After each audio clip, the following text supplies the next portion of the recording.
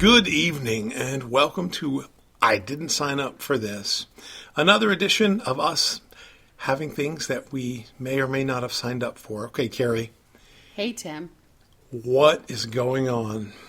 Well, I had one of our listeners reach out to me this morning and ask me for us to talk about how to deal with toxic people. And I'm not talking about the people that you can remove from your life without any repercussion. I'm talking about coworkers or family members that you may encounter.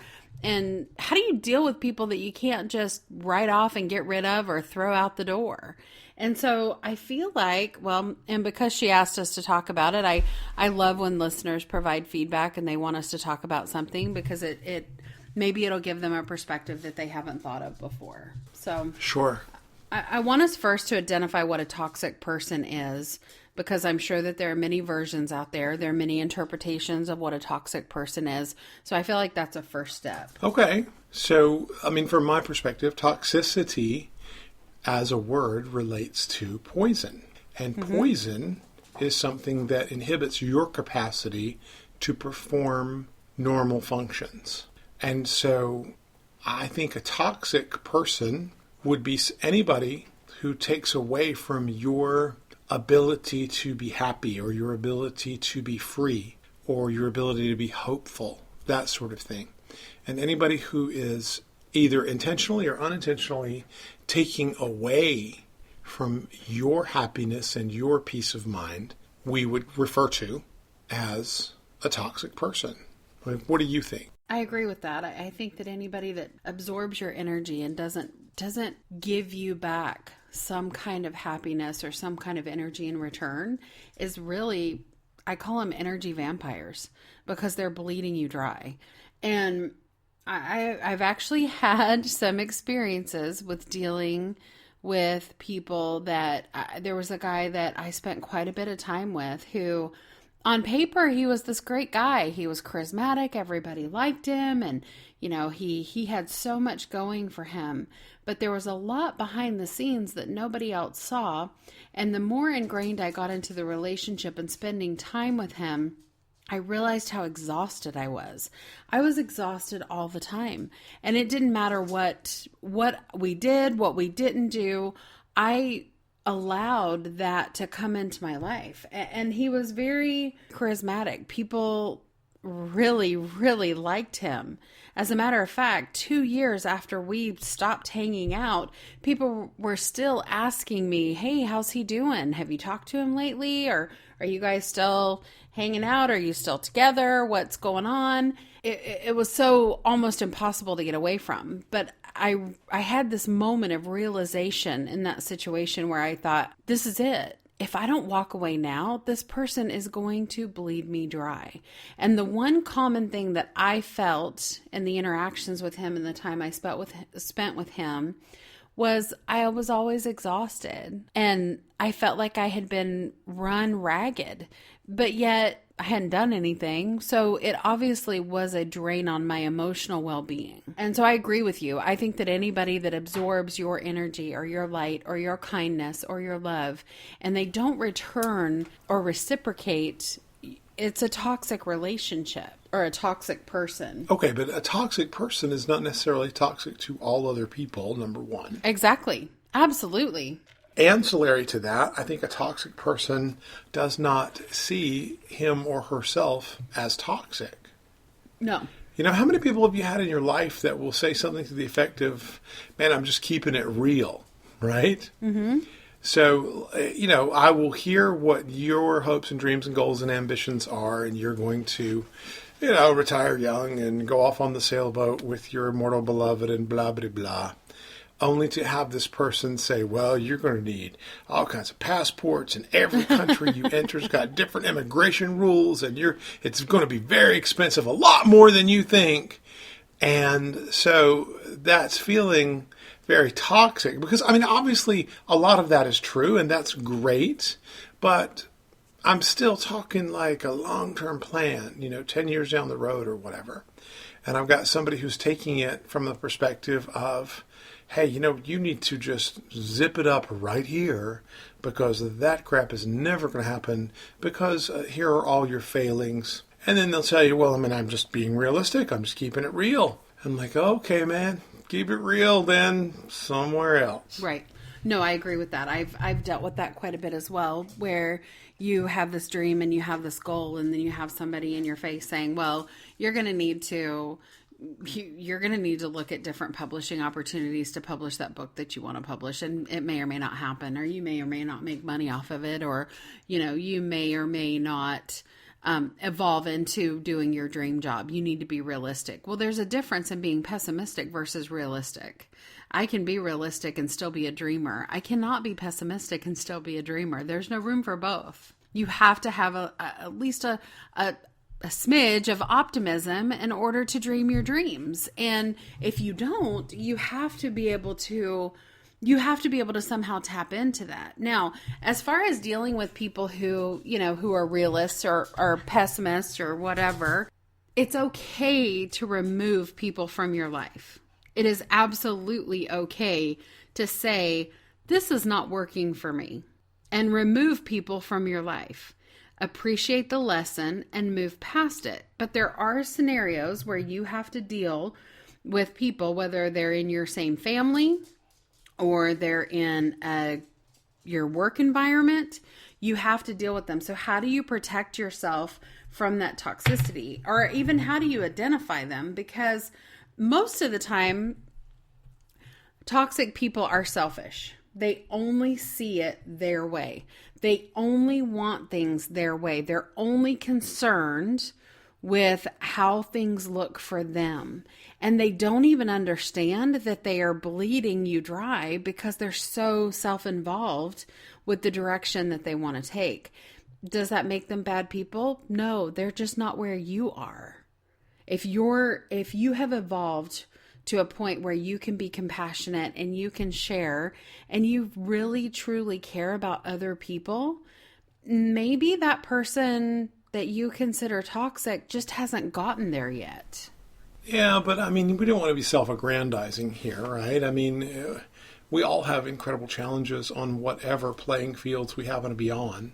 And the fact that these quote-unquote toxic person is unaware of their shortcomings, it means that it's just as equally likely that we individually have shortcomings that we are wholly unaware of.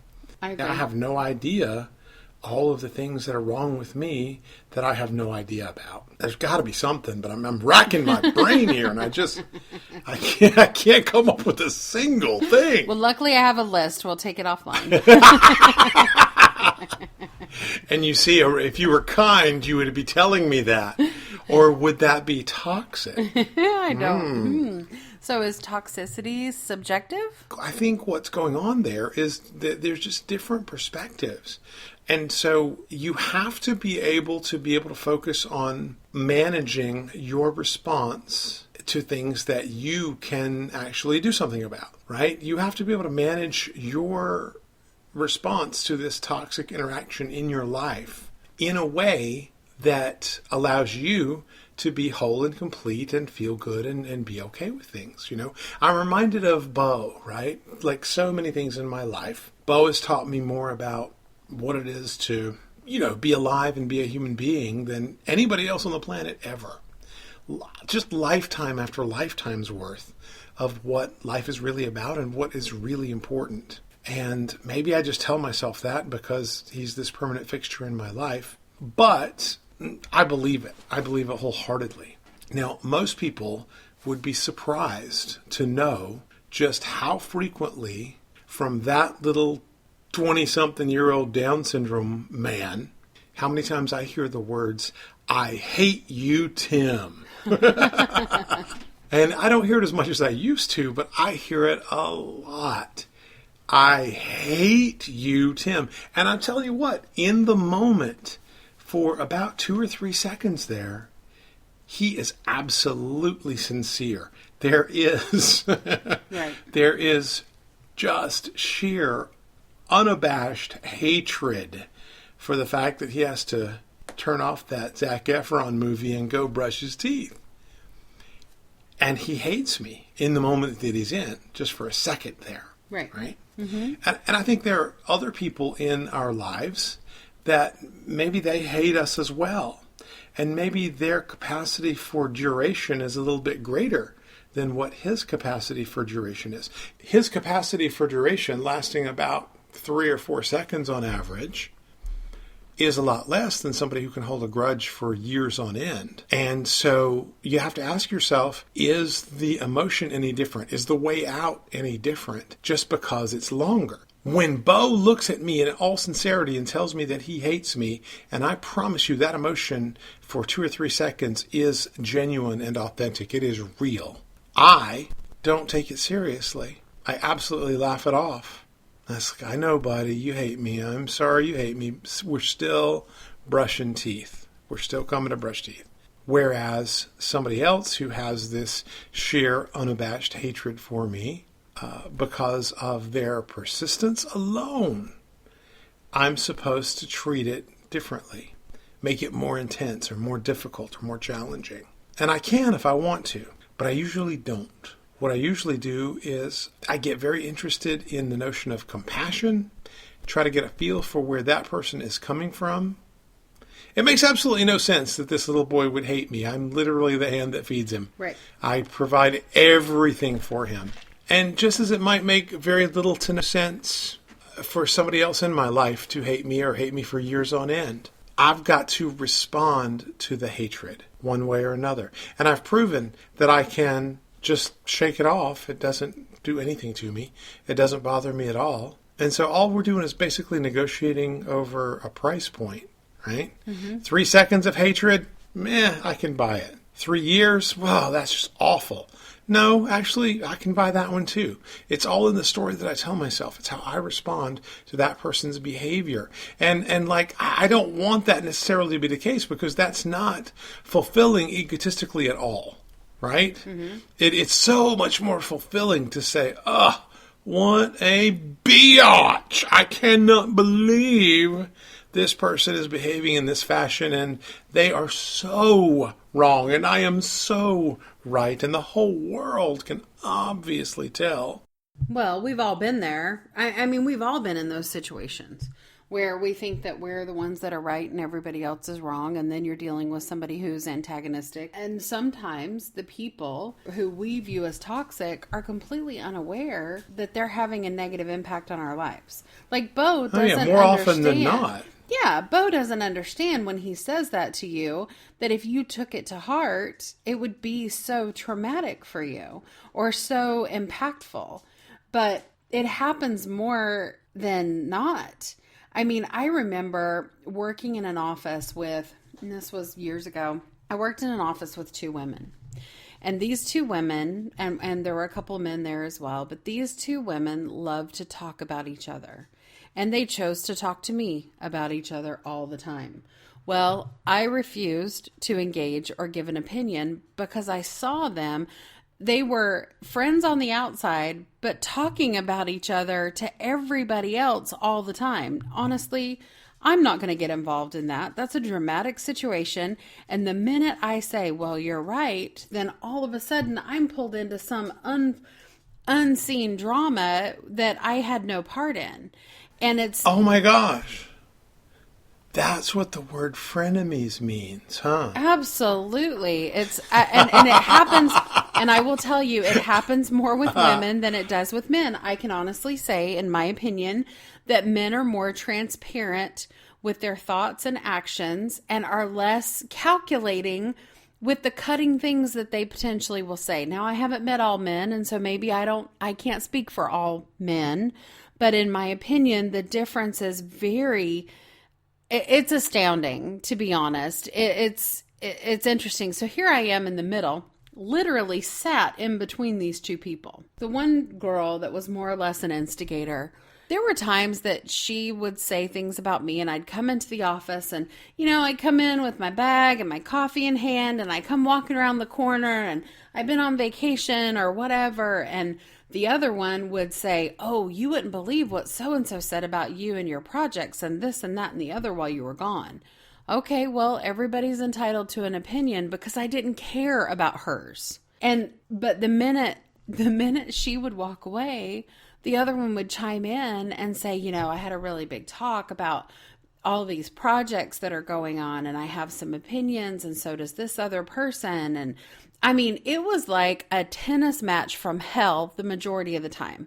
But yet they'd go to lunch together. And it was just so crazy to me, because here I am thinking I work in between the most toxic people that I have ever met. But they are, I mean, it was friendly fire all day long. All day long. And I am right in the middle. But that is absolutely a frenemy. And it just about drove the men in our office crazy. Because it didn't stop. I mean, because I was Switzerland, and I chose to just kind of lay back, do my job, listen to both of them, but created boundaries to protect myself and never gave in to the gossip or the opinion or anything like that. They ultimately, like, things would bubble up into this little volcano that would erupt bi-weekly. So at some point, we're having this little eruption between these two people, and we're supposed to be at work doing our jobs. We're supposed to be intelligent, mature adults. But yet, when the one ever had problems with her family, she would vent to the other one. She would bypass everybody else and vent to the one person that she felt was being calculating and manipulative, and trying to downplay her efforts or her issues, and would talk about the things that she would share. That is truly a toxic environment created in a workplace based on insecurity and the need to be validated.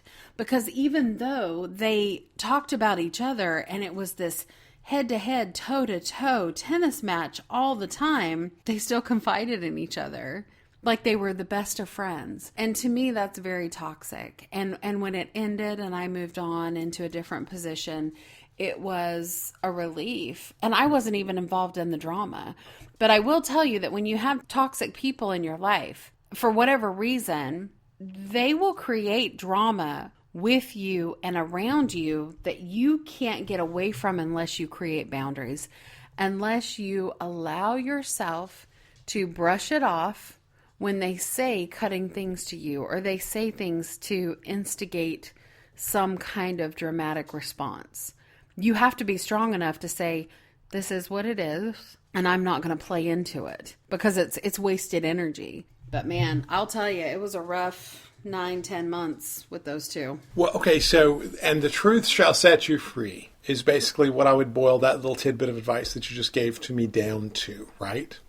Until you have the courage to say, look, you, whatever their names were, you go to these people in confidence and in full honesty. And I think that it opens up another point. The key there becomes being able to just be absolutely honest with these people about your interpretation of what's going on, and being open to honest feedback from them as to whether or not that is an accurate assessment or not. So you just go to them and you say, Bob. Can't mess with Bob. No. I'd hate to actually guess one of these people's names, with my little psyche. I have a touch of the power. I don't know if you know, but I do. Oh, I do. I know. I'm right there. So if you go to Bill and Bob, these women that you work with, and just say, Bill, Bob, come here. We have got to figure out what's going on here, because it's driving me nuts and I don't think I'm alone. But it doesn't matter if I'm alone or not, because even if I am alone, it's driving me nuts. You guys are talking bad about other people behind their back. You're talking bad about each other behind each other's back. And then you rush off and, go to lunch together. Yeah, you pretend at very least that you're friends. And it's crazy. I think we need to have a policy of honesty around the place. And let's just not say anything to anybody that we don't say to each other. That has been very effective for me over the years as well, is anytime I would have, and usually it was in an employee situation, I would recognize these women, Bill and Bob. I've worked with these two before. Sort of archetypally, I've worked with these two before. And anytime Bill would come to me about some issue with Bob, the first thing I would do is say, great, let's get Bob in here. Or let's get Bob on the phone. This is why they invented conference calling. I'm not going to hear your side before I hear Bob's side. I'm not going to hear Bob's side before I hear your side. We're all going to just get together and talk about what's going on. Now, that doesn't necessarily help with a given person who is bringing toxicity into your life, but I do think that there is inherent power in being boldly honest with this person. But here's the most important part of that. You've got to live in the moment you're in, and let me tie it together for you. If you think that you are going to have this super honest conversation with a toxic person in your life, then you are going to have to, one way or another, tell them, hey, you're a toxic person in my life. You're doing all of these crazy things. Now, how do you envision that conversation will go? How will that conversation feel once you engage in it? Well, I think first of all, I think you're right. I don't think you can ignore the bad behavior or the disrupting behavior. And part of that is creating boundaries and taking a stand for yourself.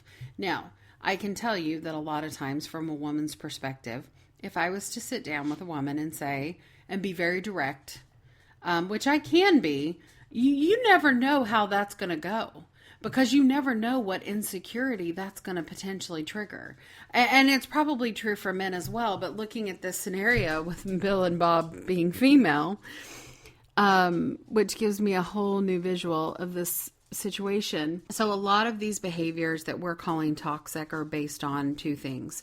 Either insecurity or the need for control. Which is also insecurity. So, yeah. Okay, so it boils down to insecurity on both levels. So if I sit down with someone who needs that control and has manipulated situations and done what they've done, and I try to have a very transparent and honest conversation with them, it could be a stick of dynamite or it could blow over. And you never know until you get into the situation. The difference is you have to take a stand for yourself regardless of the outcome. And maybe that's something that I didn't do. So when I said I was Switzerland, I truly mean that I was Switzerland. Like I backed away from the conversations and made sure that I was, busy. And when they talked to me, I would say, have you talked to this person? Have you talked to her about what you're feeling? Because she's the only one that can fix it if she's the one causing it. You put yourself in the middle to a point, but you create your own boundaries. And so now they're just kind of going over you. But I agree with you. You have to be transparent. And it goes back to the same thing that we talked about with forgiveness. Forgiveness isn't about them, it's about you. And so transparency and voicing the needs to the people that you're in a relationship is about you. If they can't fulfill that, then that's on them. And that's true for any scenario. Right, but that is true. That is true. That's absolutely true. That is absolutely true, and that works really well in the workplace, works really well in the neighborhood or in church. But right, like what if this person is your mother-in-law, right? What if this person is somebody that just is not good enough to say, well, that's on you, bitch, right? Do you know what I mean? I mean, I don't mean to sound callous, but like it has sort of a callous feel to it. And so, but what I was driving at, what I was looking for, is that oftentimes when we engage in a conversation, bear in mind, I'll give you some, I'll put a frame around this, put this in context. I have fired 87 people in my career. I remember every one of them. That's wherein, over the course of about 25 years, I brought somebody in and said, look, this is not going to work. This is not working out. And I'm letting you go. I'm cutting you loose, brother, sister, person. You got to go find another job. And that does mean that you're going to have to go home and explain this to your husband, wife, significant other tonight. To say, I got fired. God, I remember this one lady that had to fire she was trying to work on the sales floor, and she was just not cut out for the sales position, and she wouldn't follow the scripts, and she just wouldn't do the job. She wanted to do the job her way, to reinvent the wheel, rediscover fire, where she may well have rediscovered fire or reinvented the wheel, and she would have been free to do it in her own company if that's what she wanted to do. Unfortunately, she wasn't in her own company, she was in mine. And I'm the one who put together the system that I knew for a fact would work if people would just execute on that system.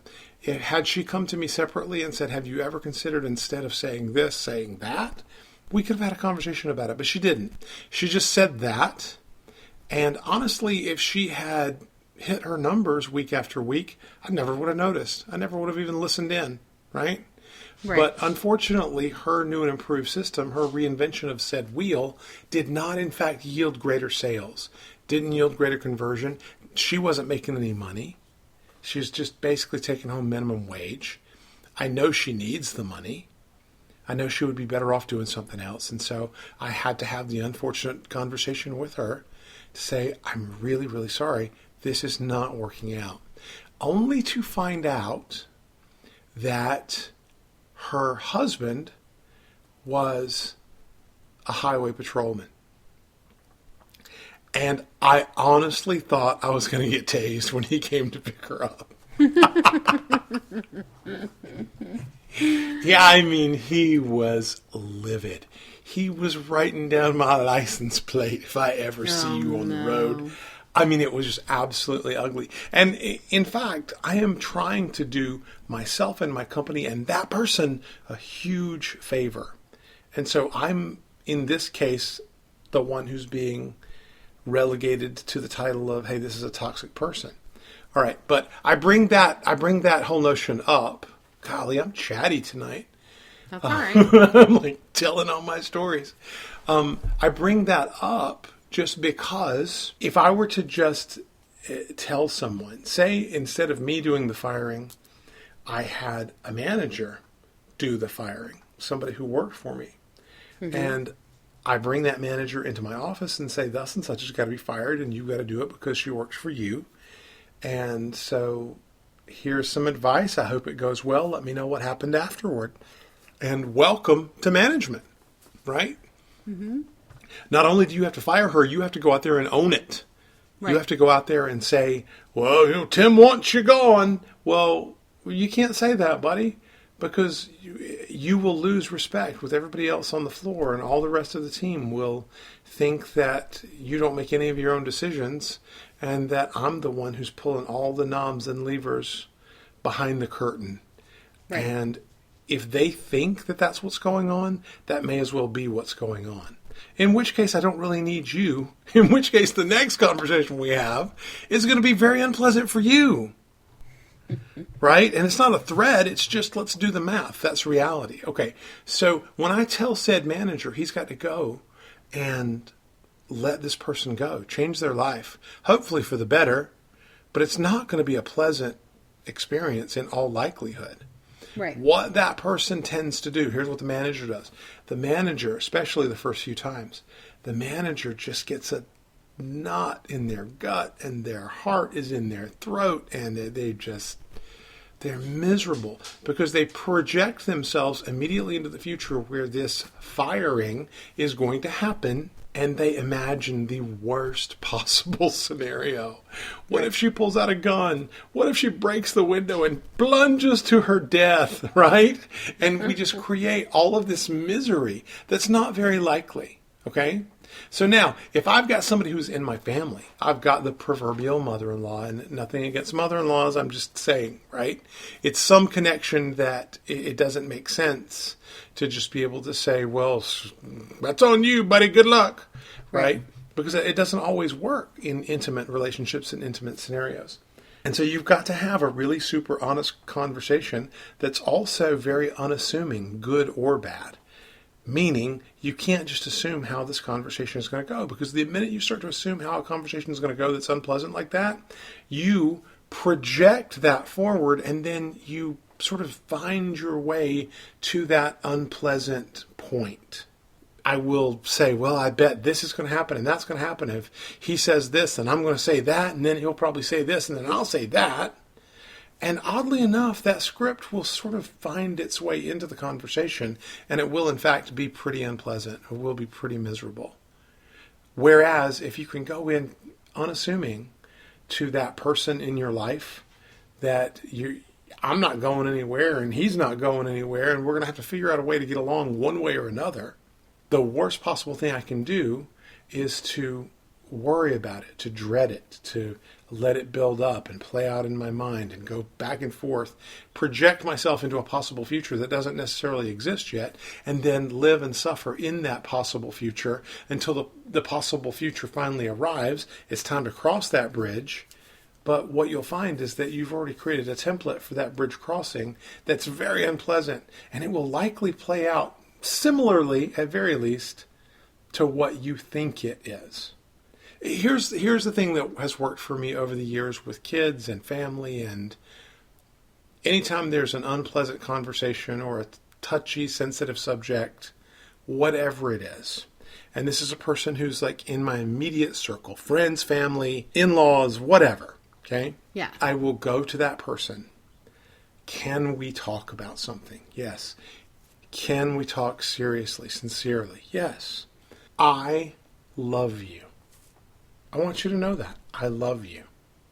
Now, oftentimes people will look back at me with a look of confusion. Love you too? Right? Like, wow. Okay, this is weird. Quite a question mark at the end of that one. Love you too? It's like, as a matter of fact, I love you too much to allow you to believe that all of this is okay. I love you too much to allow you to believe that this is how you get what you want out of the relationship. It's not. I love you too much to allow you to believe that you're going down a path that is okay. It's not okay. It's hurtful. It's offensive. It makes me feel bad about myself or question my own reality, question my own integrity, or whatever the situation is. And so rather than dance around it, I just want to get at how you really sincerely feel and see if we can establish some boundaries and expectations relative to this relationship, because this relationship is important to me. Right. I can't just sit on it and pretend that none of this ugly stuff is going on, because that would mean I just don't care. And I do care. I do care. I've got 100%. I'm batting 1,000 on that one. That technique. Oh, I agree. I think that you hit some very important points, because you are being honest and open, and you're stopping the miscommunication, because the majority of times when we breed dramatic situations, it always can be tied back to a miscommunication. And we have to remember that we all love each other, and we all are doing the best that we can. I mean, I've heard you say that multiple times, to the point that I've adopted it. We're all doing the best we can with what we have at the time.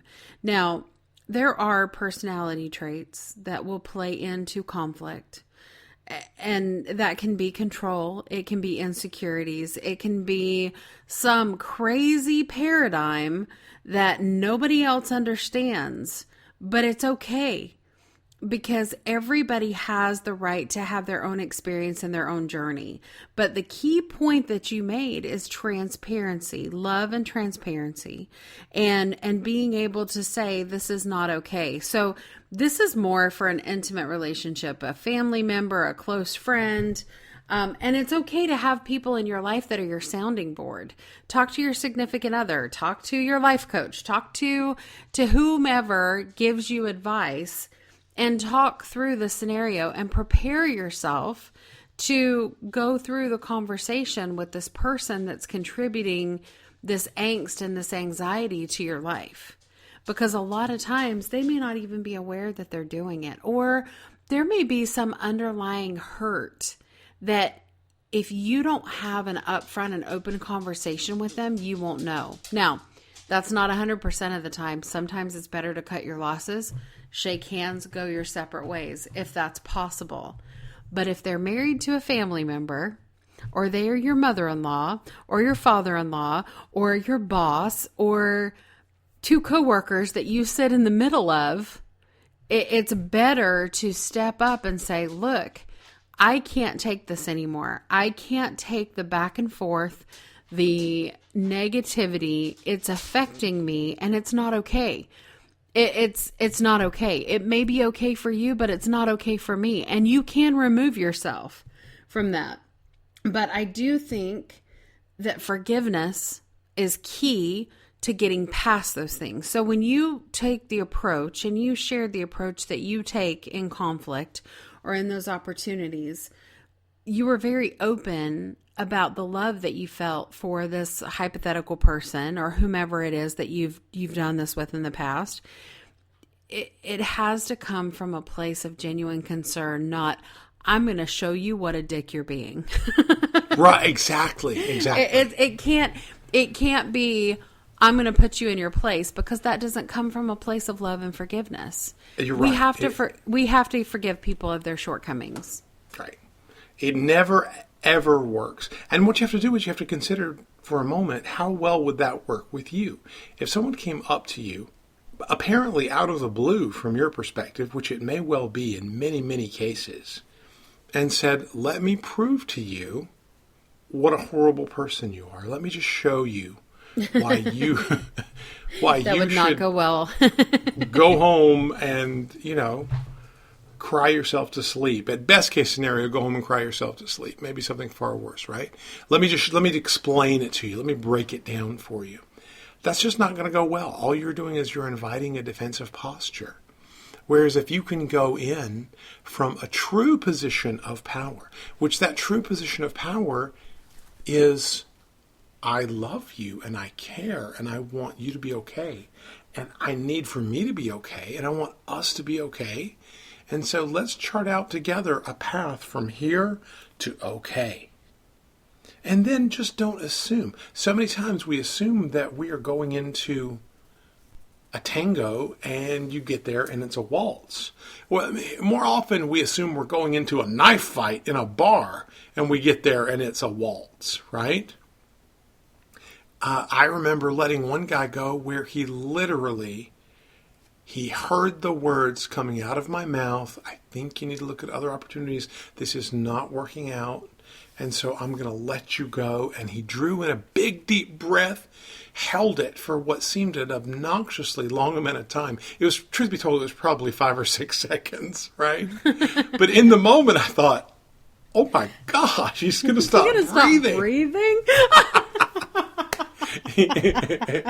This guy just had a stroke right in front of me, drew in his last breath. He's turning blue. It really was only a few seconds.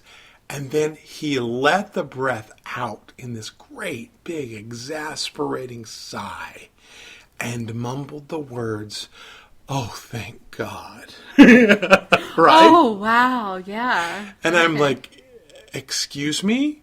And he's like, I'll probably qualify for some unemployment, won't I? I mean, like for a little while. And I'm like, yeah, you've been here for a year or so I'm sure you probably will. Oh, thank you so much. And it's just like, because we dig into it a little bit more, and he just, he's got this family situation, and his old man just drilled into him. You always finish what you started, and you never, ever, ever, ever, ever quit a job. And it was just beyond what he could do for himself. He was not comfortable. And he was absolutely miserable. And it showed in his numbers and his performance, He was miserable. But you just never, ever, ever quit. You never quit. They can fire you, but don't you quit, right? And he could not bring himself to come to me and say, woo, I can't do this anymore. I'm out. I just can't do this anymore. And so when it finally bubbled up to a head, and I said, look, you can't do this anymore, he was just incredibly relieved, because now he could face his dad and say, look, well, it didn't work out. They cut me loose. But I didn't quit, Dad. I didn't quit. And so you never know. You never know how it's going to work out or what you're going into in any conversation that you're having with someone, be it work or significant other or family member or whatever it is. Doesn't matter. You don't know what that conversation is like until you get into it. But I promise you, if you approach that conversation from a place of compassion, love, and concern, you might get an earful, but it won't be directed at you. People will vent. People will share their struggles or their fears or their insecurities or shortcomings or whatever. But you've got to choose whether or not to pick that up. I guess that's the important part. I'm going to throw a little more structure to it also. I feel like anytime you have to figure out a way to deliver a message that is tough for you to deliver, and we all know that dealing with toxic situations or potentially toxic people is nerve-wracking. Nobody wants conflict. I mean, well, I know a couple of people who actually run towards conflict where I run away from it, and good for them. You have to keep your eye on the prize. And what I mean by that is, what is the result that you are driving towards? Are you driving towards some dramatic ending to a relationship and rocking the family boat, or rocking, some kind of work boat or friend boat or whatever? Because conflict is inevitable in any scenario. It can be your friends, it can be your coworkers, it can be family members. If you don't incorporate some kind of plan that leads to the end result. So if I have to have a transparent and honest conversation with someone, I need to understand in my mind what the end result will be. Will this be a situation where I dismiss this person from my life and we move past it like a breakup? Or will this be a situation where I need to make this relationship better because it's hurting people in my family or it's hurting people in my immediate circle? You have to keep your eye on that prize, because if you don't, emotion could potentially step in and sway you in a direction that creates even more drama and more conflict and more hurt feelings. So you have to be calm. I have a friend, and I told him not too long ago that I admire his ability to stay calm, because I am a firecracker. And if you spin me up, I will spin. If you wind me up, I will spin all over the place sometimes. The difference is I'm very careful with other people's feelings because I have a genuine concern for them. So even though I have that very animated side where I can get in my own head and in my own emotions, the last thing I would want to do is hurt people I care about. And so that's actually a way that I balance that. It's a way that in my brain and in my heart, I manage to keep my relationships on an even keel. But I am not a calm person. On a good day, on a bad day, I am absolutely animated, energetic. I go for whatever it is that I want, and all of these different things. So I have an amazing respect for people that have this ability to stay calm. I wish I had it. Patience and calmness are not my forte. And it's okay. I love myself just fine. But when you're dealing with emotional situations, if you let yourself get away from the end result and get into your emotion and you fight this fight, you could potentially do more damage than good. Well, and to that emotional response, I think, is just based on an assumption that this needs to be emotional. I think women think differently, because women, for the most part, women are run by their emotions more than logic. And so I think from a woman's perspective, it's always emotional. When someone hurts us or someone damages something in the relationship with us, it's more emotional than logical. And because of that, we will react in an emotional way. And it takes some control to bring it back into a logical scenario. So I get what you're saying. And from a man's perspective, absolutely. You can be more logical than emotional. But women aren't designed that way. It's not how we work. And so it takes more effort to control the situation. And so if you have to vent to someone, if you have to run through the script and run through the scenario, you pick someone you trust, whether it be a family member or whomever, you pick someone that you trust and you role play it with them. Because I will tell you, I've seen more than not that emotional overlay the logical, and then you end up with this just dramatic conflict that nobody wants. What happens if you play this out in your head and you're strategic about your delivery and then they reject it?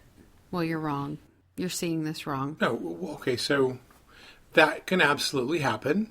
Often it happens in the world of overt emotionality rather than thinking about what you want. I mean, goals inherently are logical things. That makes sense. And so it happens in the world of this overt emotionality where you kind of get away from what you want and you start thinking about how you want it. And that's when things kind of go off the rails. You know, do you want us to get along and be able to go to the 4th of July picnic and not have any friction? Well, there are all kinds of ways to do that. Let's talk about it and figure out a strategy that's most likely to succeed. Well, I don't just want that outcome. I also want that outcome and for us to, sit at the same table the whole time, in spite of the fact that we don't get along very well. Okay, so do you want what you want? Do you want it the way you want it? Right. Because the way you want it always falls into the realm of the emotional.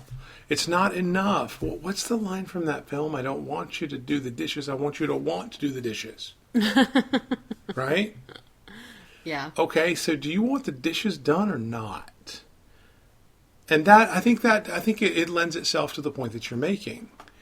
That some are more emotional than others. They usually have 2 X chromosomes, right?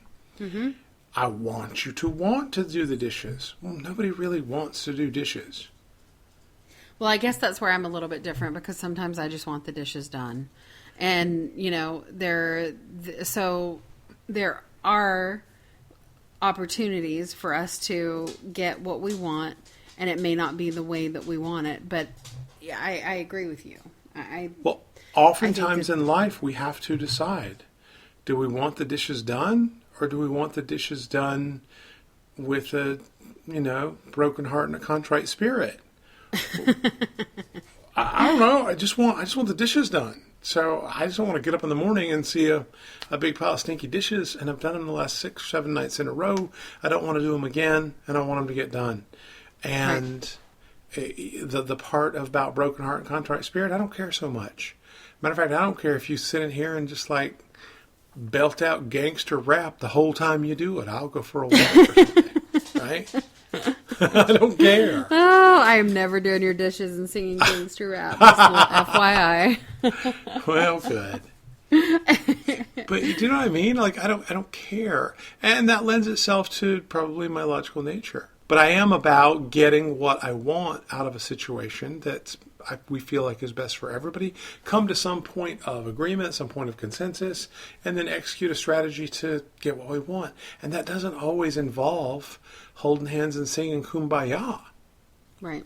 Well, can I tell you that this brings up 2 points for me? Number 1, you cannot expect everybody to see it your way, or anybody to see it your way. And so there always has to be a level of compromise. There always does. You can't avoid compromise if you're going to have relationships with other people.